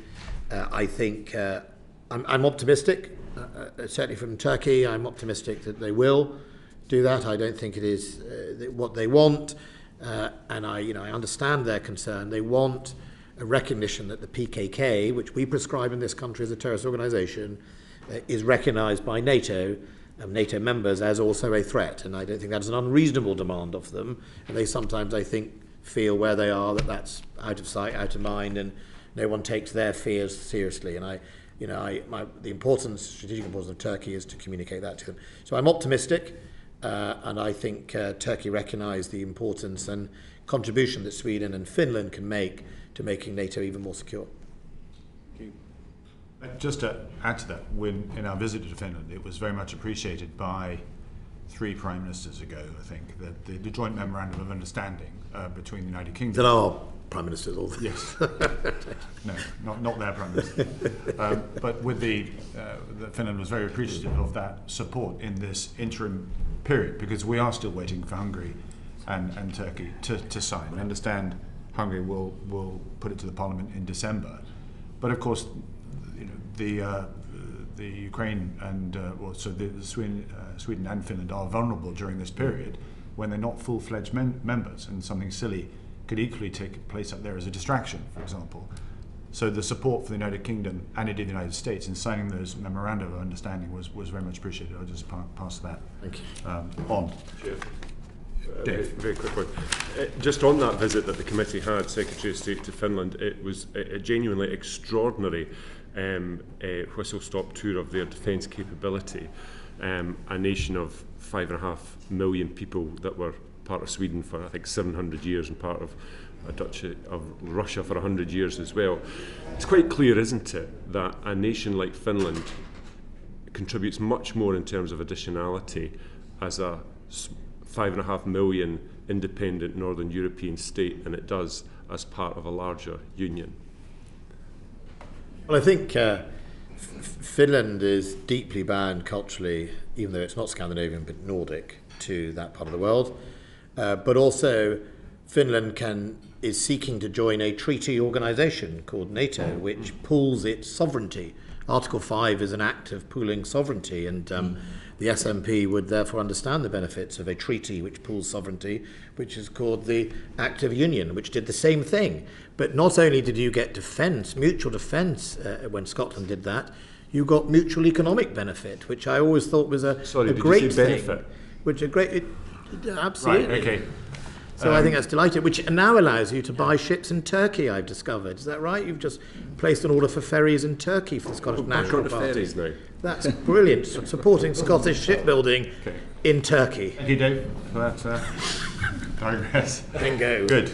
Let's turn to another alliance relationship. Mark, do you want to wander down this road? Thank you. Secretary of State, NATO-EU relations are always a subject close to my heart. Permanent Strategic Cooperation, PESCO. As the committee understands it, this is a voluntary programme, and we have opted into at least one, which I think was to look at working with European partners to be able to move reinforcements more quickly across internal EU borders. For instance, if you had to reinforce Estonia, I think that makes perfect sense. Could you explain if we're in any other PESCO programmes? If so, what they are? And could you basically explain in layman's English exactly what PESCO is and what it is not? So the one we're in is the mobility capability concept led by the Dutch, which is about a capability sort of review about what we need. I said we could join that because it didn't involve transfer of intellectual property into other programs that PESCO has often in its sort of procurement programs. The cost to the UK is you pool its intellectual property, and we've talked about challenges around ITAR in the United States, and that's not something we want necessarily to go into. We want to reserve our right to do that. So studying capability and need, fine. My understanding that is the only programme. I probably will ask Claire Cameron to give you the details exactly of PESCO, but for me what's important about all these works are really about where the intellectual property lies, who gets to exploit it, and whether you're missing out for your industries in doing it, or is there another way? And the reason we often prefer OCCA is it's a loose affiliation of like-minded countries and who need things at the similar time of the cycles. The reason before Ms Cameron answers, that some people have sought to argue that if you opt into PESCO, you are in effect, quotes, joining a European army. Yeah, I saw that. Which I think is nonsense. But I'd just like clarification on exactly what this thing is and isn't. And are there any other PESCO programmes we are considering joining? Ms Cameron. So I think we'll write with further details on PESCO, but it is certainly not joining European Army, and it is absolute. And we are open to looking at when there is a UK interest to joining further projects. This one about military mobility made perfect sense for us to do it, and we're really pleased that all the other members that are part of it have voted unanimously for us to Can you just join. confirm that in simple terms NATO is a military alliance and the European Union is not? Nothing to do with that. It's cutting red tape, basically. This makes sense. But I think if you could provide a note to the committee on any other PESCO programmes that were... I'm unaware that we're a member of any of them, and if they did, they would come to me. And I thought long and hard about the one we did join. It made sense, and I thought we should do it on a pragmatic basis. Okay, but we'll get a note. Thank you very much. Now, this one makes perfect sense because it's about actually making sure we get customs rules and everything else to across. Where does this fit into the other side, which is we've discussed at the NATO PA, is the issue around, which is being talked about in terms of the EU, around mobility in Europe in terms of things like bridges, railway gauge and things like that. How do they fit together? Well, in some areas, NATO does that quite well, and Britain and Germany does a bridging requirement we entirely share. It's a really good project where the both of us do that. It's just, what's it called? It's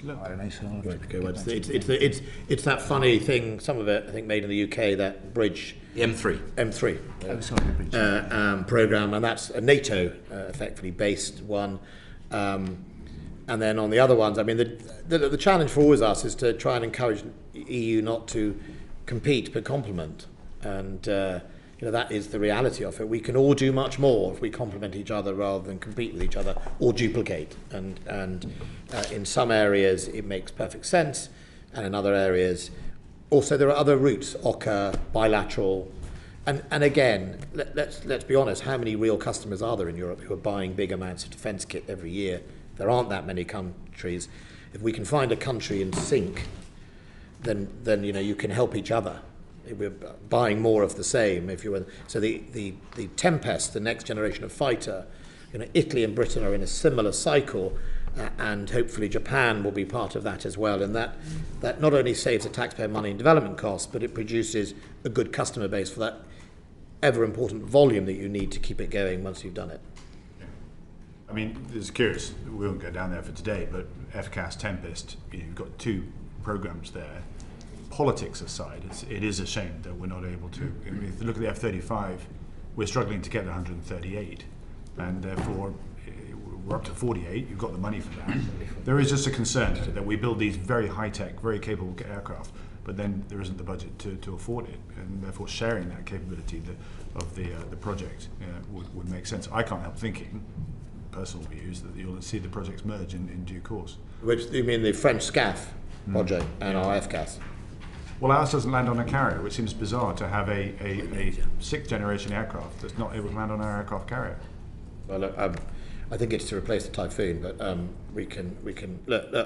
For what it's worth, we have three countries who have a significant requirement of their own in 2030, whatever it is, 2030, that will coincide with the end of, let's say, Typhoon, and the United States and the Italians. So F-35s will be longer in service, and then we need to replace. And the Tempest is a great example. And the more we can get in that consortium, the more we can save on development costs, because we're sharing that. The more we can cater. You're making an argument for me. Okay, let's move on to another alliance, which I think is critical, arguably most critical now in Europe. Richard, take us away. Yes, and just before I ask, perhaps I can help the viewer, we've got another acronym, and that was PESCO before, not Tesco, in case anyone makes that mistake. This one is Jeff, who is not an individual. It is the coalition of 10 like-minded Northern European nations, which I hope is helpful. My question to you is, much of the UK support to Ukraine is being carried out under the Jeff banner. What are the added benefits and potential negatives of having all the Jeff members as part of NATO? Well, obviously, so first and foremost, the 10 nations, the Nordics, the Scandinavians, and Iceland, and ourselves, when we say like-minded, they are definitely the nations of doers, right? A number of them are training Ukrainians together with us in Cumbria and Yorkshire. They are, some of them we've worked with for decades, such as Norway. Some of them are our closest friends, but newish, the Baltic states, very strong relationships.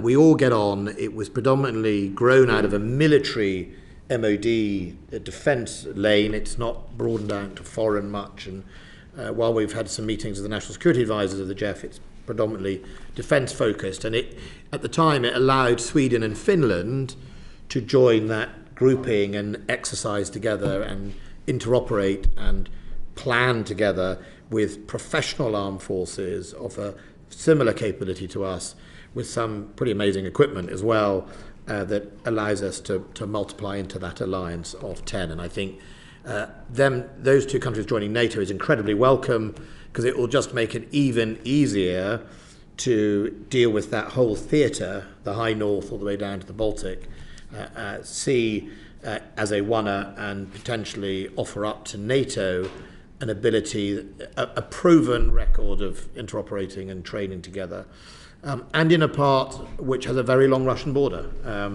Let's not forget, Russian border, most of the Russian nuclear submarines come out of the Northern Fleet, and they have over the past often posed a risk to us and our security, and we are all able to deal with it, plus now protecting our critical national infrastructure. So I think it's really welcome, but as the chairman said, we'd already laid some foundations anyhow with mutual sort of defence pacts, but they are, without doubt, I meet them quite a lot. I'm seeing the defence ministers next week again. We train and exercise a lot. It's not everyone has to train and exercise together. We do it sometimes with 3 nations or 4 nations, or even bilaterally. So since the Nord Stream 2, for example, we responded with some more deployments of some Type 23s and HMS Enterprise, and worked with the Norwegians around their oil rigs and ours to protect that infrastructure. Since February, we marshalled a number of exercises in that region, including we sent a squadron of tanks to Finland, the first time I think we've ever had a squadron of tanks. So it is a very good grouping, and I would definitely recommend to this committee that you touch base with your counterparts. You've already been to Finland, and you'll see someone describes them as the beer drinking nations. I sort of describe them as the nations where we've all got pretty bad weather, the rainy weather, but they're all very much a good gang of people. And definitely, I think our armies get on incredibly well, our armed forces, and that's a plus. But they're the doers, and they get on. All pluses and no negatives. I haven't seen any negative. And Thanks, John. I mean, really interesting that you say that, because that's the experience, or certainly the feedback that we got in visiting members of the JEF, that there is a sense of faith, if you like, in this alliance compared with that of NATO, for the very reason we went back to, is that it is a consensus-driven organization. And we picked that up when we visited NATO headquarters as well. Do you see this as an alliance particularly involving Ukraine, as the war perhaps gets more concerning as to the direction of travel that Putin may take it, of you utilizing the JEF in as opposed to, let's say, a NATO response? Well, if you think of them, a large part of the Russian border is with those countries. It's if you're right from the very high north, they will have, especially when Sweden and Finland join, they have, and even before they joined, they have the largest part of the Russian border that faces NATO. The only other part is really Poland that has that, and that Poland is not in the JEF. but the others do. We also have the Netherlands in Jeff as well, which it really reflects sort of our maritime and marine tradition in the Arctic. You often find Dutch Marines exercising in Norway as well alongside Brits. So I think there's a mutual benefit. We learn from each other. I mean, Norway's knowledge of the high north and the sea passages that the Russians take is incredibly important. We're quite vulnerable, both of us in our oil fields, to that type of threat from Russia. And people like Iceland are very strategic in the Greenland, Iceland, UK gap when it comes to maritime awareness. So I think it's under the wing of NATO now. I mean, in a sense, with the others two joining, it's definitely under the wing of NATO. But it's about complementing and working within it. It's not about competing. Yeah. You weren't able to make the original timing for this discussion, this inquiry that we're having here today, because you had to go to the United States rather urgently, and it's understandable given the rhetoric that we're seeing from President Putin at the moment. It's clear that Russia is losing, but how it loses this war is actually undetermined, and Putin is increasingly leaning to the unconventional, including the threat of low-yield tactical nuclear weapons. If Putin uses a nuclear explosion by means of false flag or indeed otherwise, after 75 years of since the last use, it would fundamentally change the shape of war. Can you say without hesitation that there would be a kinetic response if Putin goes there? And would this include UK participation? Mr. Chair, the position of the government is that should President Putin follow that foolish route, there would be severe consequences for that action. I can't speculate on what those consequences would be. But as you rightly point out, that we are one of the P3s. France, Britain and the United States are part of the NATO, effectively, nuclear alliance, although France is a slightly different relationship. But nevertheless, we are also 3 permanent members of the Security Council in NATO, and we absolutely feel the obligation to uphold the nuclear taboo that was set in 1945. So there would be severe consequences for Russia, but if you'll forgive me, I don't want to speculate what they will be. And that's understood. You'll understand why we have to ask these questions. There is a report in the New York Times today that suggests that the Pentagon believes that Russia has a stockpile of over 2,000 tactical nuclear weapons. Are you able to share at all as to what you think Russia's arsenal actually is and its utility? I mean, it's not being used, or is it kept up to date? Is it stockpiles in service? Are you able to share at all exactly what sort of threat we may be facing? I think rather than speculate out in public, I'd be happy to get you a closed briefing from Defence Intelligence of the state of what we think is the Russian nuclear arsenal. I think that would be fair enough. I don't think I want to indicate to the Russians whether I'm right or wrong in public settings, so I'll be happy to arrange that for you. I think the reality that isn't a secret is Russia has in its doctrine this concept of tactical nuclear weapons, which I find a rather perverse concept in the first place, given the so-called tactical. The United States call it non-strategic. To all of us normal people living in a room like this, dropping a nuclear weapon the size of Hiroshima is, in my book, not tactical, but somehow the Russians think that is. It is. These are weapons of mass destruction by their description, and.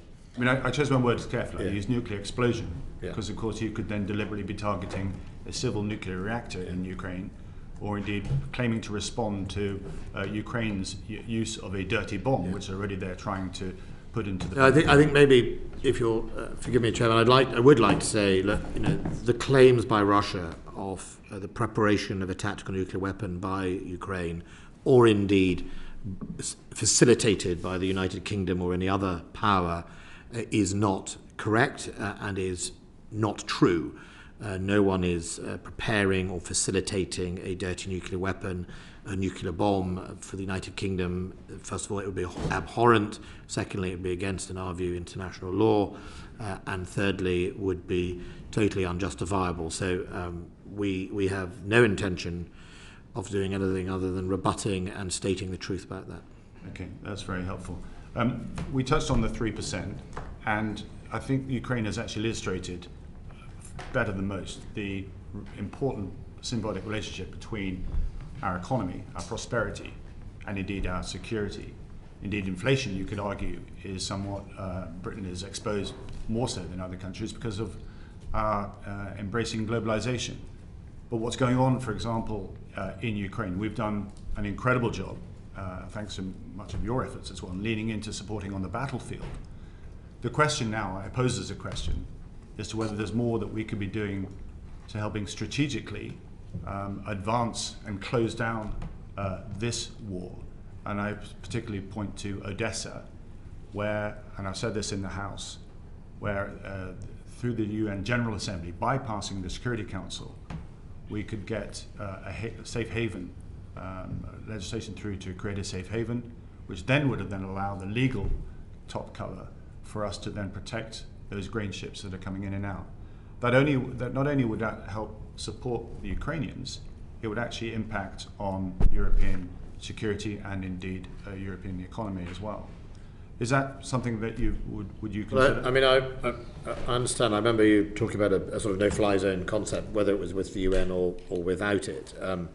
And you know, we were specifically to do with Odessa and the food supplies that have come out of there. Bearing in mind, it isn't just Ukraine; it's much of Africa and indeed elsewhere. The food I think the route that went down with the Turkish brokering, the Russian-Ukrainian deal started to work. Over 9 million tons of grain had been moved until it was paused, and I noticed today the Russian Federation has restarted. I think that process was the right way to go about it, because ultimately providing a security zone would mean we'd have to make the decision about whether we'd be prepared to engage Russian aircraft or Russian ships directly, and what we are and we've taken the decision that we are not wishing to do that.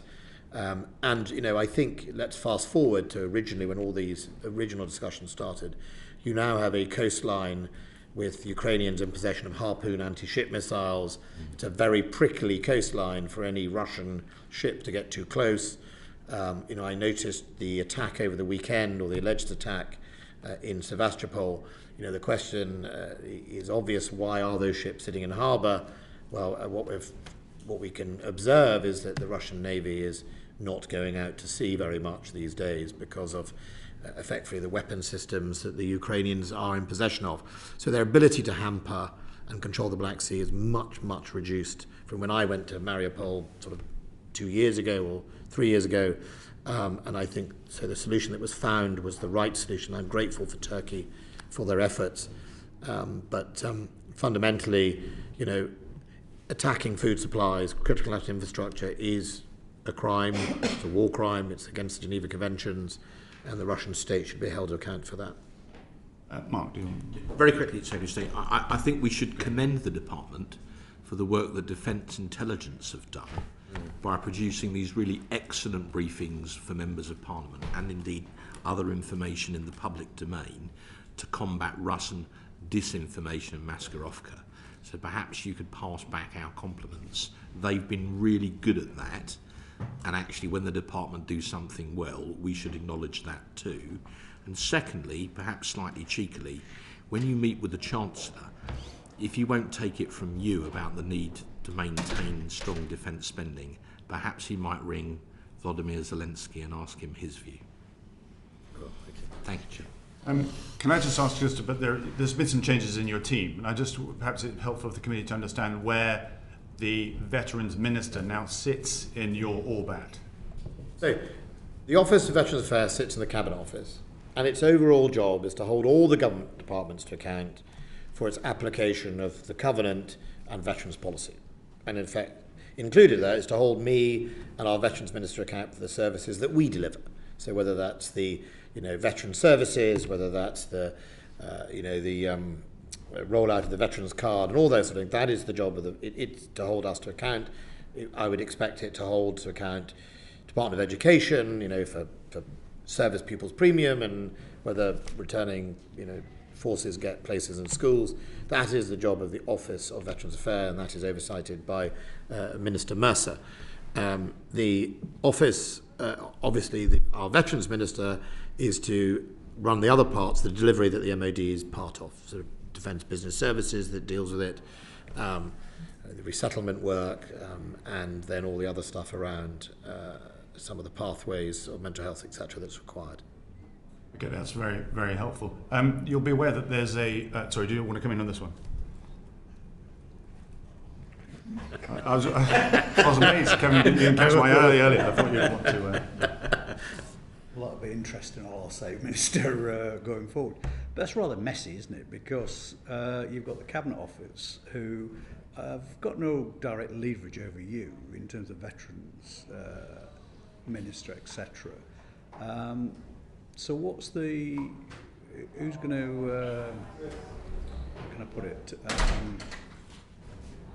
referee the turf wars? Because clearly there's going to be a big turf wars, because certainly the individual who's been appointed, the individual in the Cabinet Office, has strong views, some of them complete bonkers in my opinion, regarding veterans policy, which will clash certainly with some of your views and your Veterans Minister.